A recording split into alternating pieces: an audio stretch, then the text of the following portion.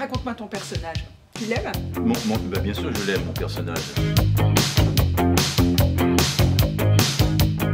Oui, mais pourquoi? Eh bien, parce que c'est un personnage qui est complètement investi dans son métier, qui aime sa femme, déjà.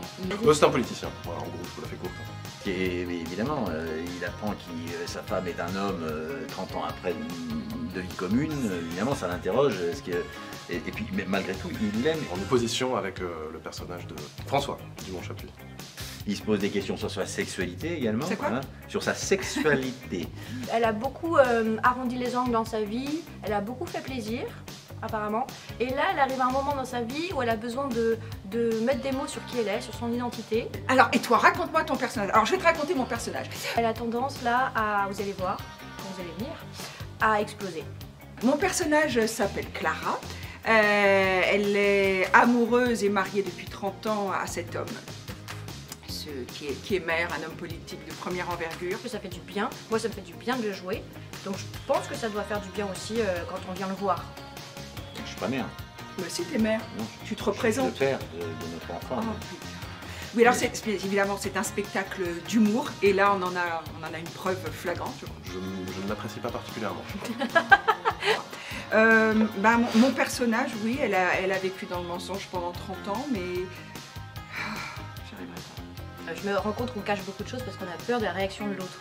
Et finalement, on se met beaucoup à la place de l'autre et c'est dommage parce qu'on se déconnecte un petit peu de soi à ce moment-là. Je trouve qu'elle avait des très bonnes raisons de rien dire. Bon, là, il y a un événement qui fait qu'effectivement, elle est rappelée à la réalité. Que dirais-tu à un ami ou une amie pour lui donner envie de voir Drôle de genre? En fait, ça parle d'amour. Donc c'est assez universel en fait. C'est la question de la transsexualité, elle est présente, mais en fait, on pourrait remplacer ce sujet-là par un autre. À la fois drôle, mais qui est interroge. Ah bah, excellent comédien, comédienne, évidemment. Une mise en scène au cordeau. Non, mais c'est qu'à la fois, on va rire et en même temps, on va réfléchir. Voilà. Et moi, j'aime bien toujours au théâtre quand ça parle de relations familiales, parce que c'est vraiment le truc qui nous concerne tous. C'est vraiment propre à l'homme, on vient tous d'une famille, quelle qu'elle soit. Bien, tu vas passer un bon moment. Et le postulat de départ n'est pas si dramatique qu'il en a l'air. Non. Hein? Non, Voilà. non. De toute façon, la comédie, ça n'est forcément du drame. Hein, donc il y a forcément une situation dramatique. Après, on en rigole. Mais au départ, effectivement, Voilà, Bah, voilà. En tout cas, voilà, c'est la confrontation entre un mâle alpha dans la pièce et une femme née homme et d'une sensibilité rare, extrême et d'un raffinement total. On peut te faire des heures, donc faut nous arrêter en fait. Moi, si j'étais un homme, je serais capitaine. Moi, si j'étais un homme, je serais capitaine, c'est ça? Bon, alors, j'ai pas du tout l'air, mais... Oui. moi, si j'étais un homme. Moi, si j'étais un. Non, mais je vais pas chanter, moi, de ça. Hein. D'une élégance rare et plus forte que l'ébène. Enfin, un truc Manifestement, elle n'a pas raté sa vocation. comme ça. Un bisou.